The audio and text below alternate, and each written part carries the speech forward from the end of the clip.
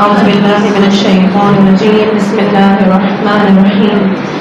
الحمد لله الملك الحق المبين خالق السماوات والأرضين، والصلاة والسلام على صاحب الدعوة النبوية والعصمة الفاطمية والسولة الحيدرية والحلم الحسنية والشجاعة الحسينية والعبادة السجادية والمعاصر الباقرية والآثار الجعفرية والعلوم الكاظمية والحجج الرضوية والجود التقوية والنقابة النقوية والهيبة العسكري والغيبة الإله القائم بأمر الله. بلندر صلوات پڑھے گا.